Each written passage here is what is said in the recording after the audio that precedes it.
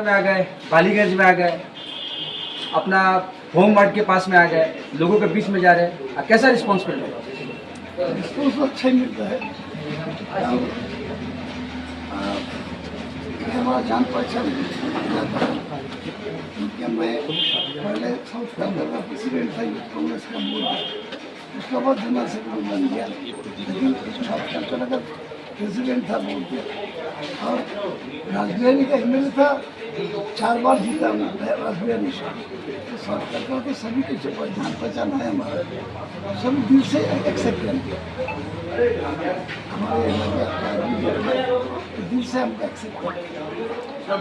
बालीगंज में आप जा रहे लोगों से मिल रहे, क्या क्या परेशानी लोगों से आप सुनने में आ रहा अभी है? तक परेशानी का बात नहीं हुआ जी, हम इलेक्शन की बात ही हुआ है, लेकिन मैंने बोला है जो भी परेशानी हो हमको बोलना चाहिए, हम तुरंत इसके ऊपर काम करें।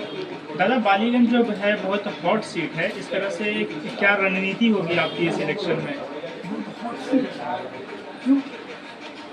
इससे पहले जो है काफी बवाल भी हुआ था बाई इलेक्शन के टाइम में, जब बाबुल सुप्रियो वहाँ पे। अलग बात है, हमसे बाबुल सुप्रियो का कोई कंपैरिजन मत करना।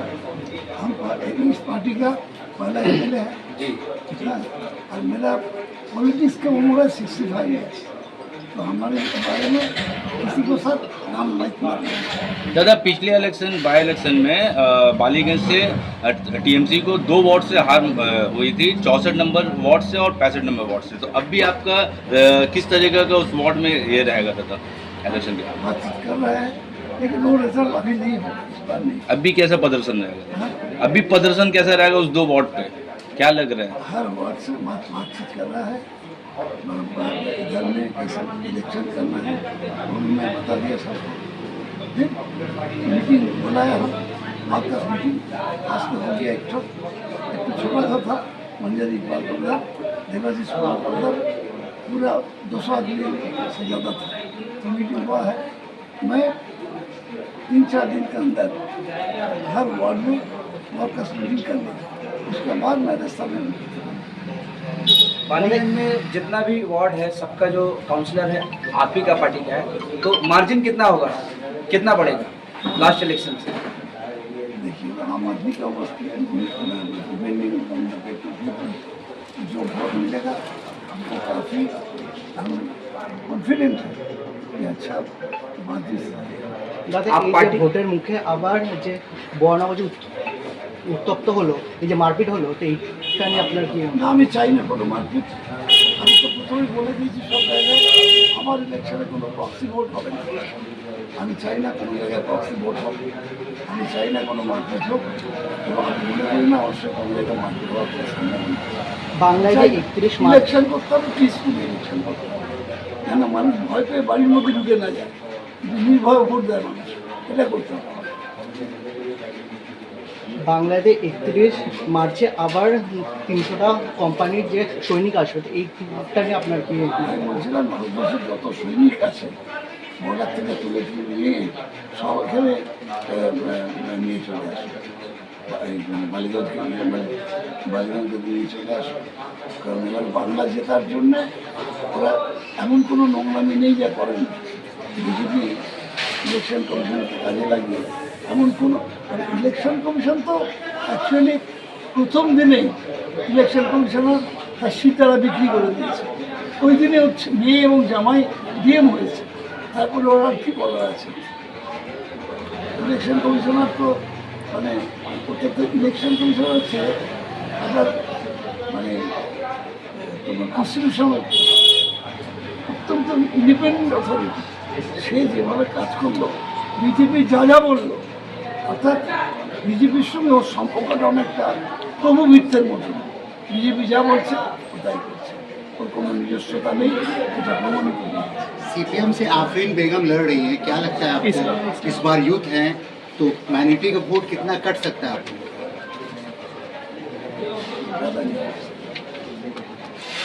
ऐसा कर नहीं सकता, डिपेंड करता है कैंडिडेट के ऊपर। पहले क्या हुआ आपको मालूम नहीं है, लेकिन कैंडिडेट के ऊपर बहुत चीज डिपेंड करती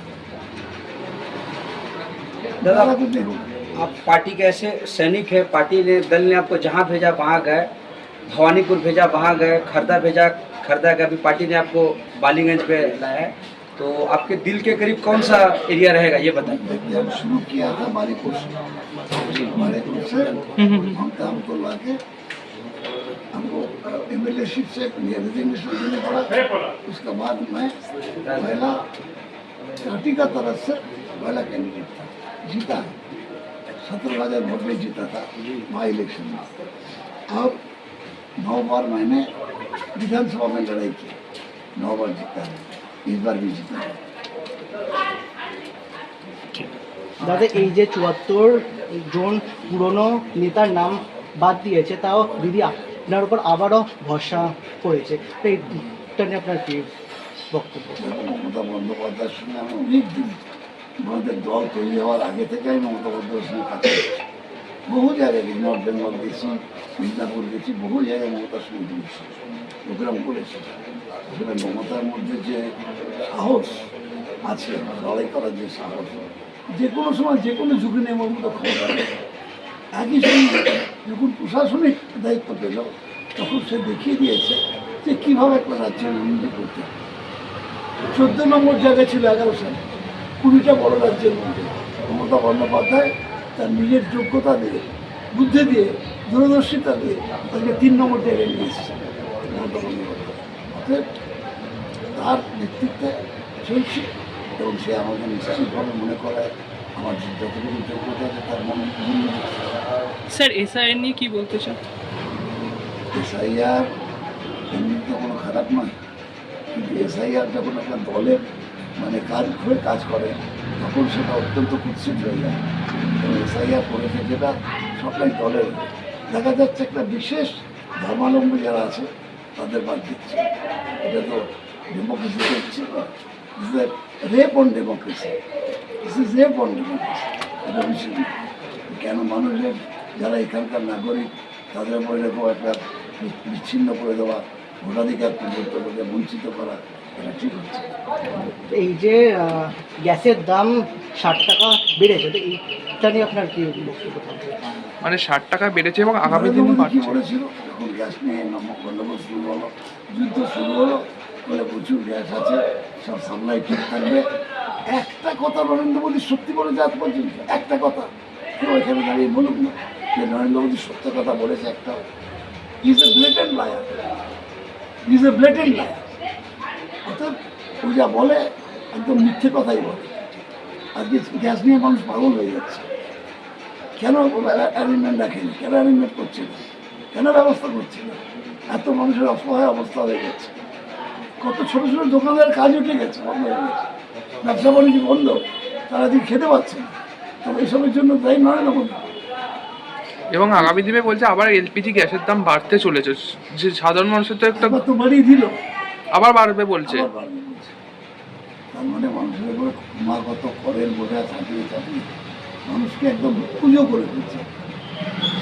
গরিব লোকের অবস্থা অত্যন্ত খারাপ। যাদের অর্থবান্ধব তারা হয়তো অসুবিধা বোধ করে না, তারা বেশি পয়সা সরকার করতে পারে, কিন্তু নিম্নবিত্তের মানুষ, গরিব মানুষ, তাদের অবস্থা অত্যন্ত অসহায় মানুষ। স্যার আরজি করের যে অভয়ের মা পানিহাটিতে বিজেপি প্রার্থী হয়ে দাঁড়াচ্ছে, সেটা নিয়ে কি বলবেন আপনি? আমার ইচ্ছে दादा पिछले इलेक्शन में बीजेपी का एक नारा था 2 में आएगी टीएमसी जाएगी, इस मतलब बीजेपी नारा दे रहे हैं 4 में आएगी ममता बनर्जी जाएगी, इस पे क्या कहना है?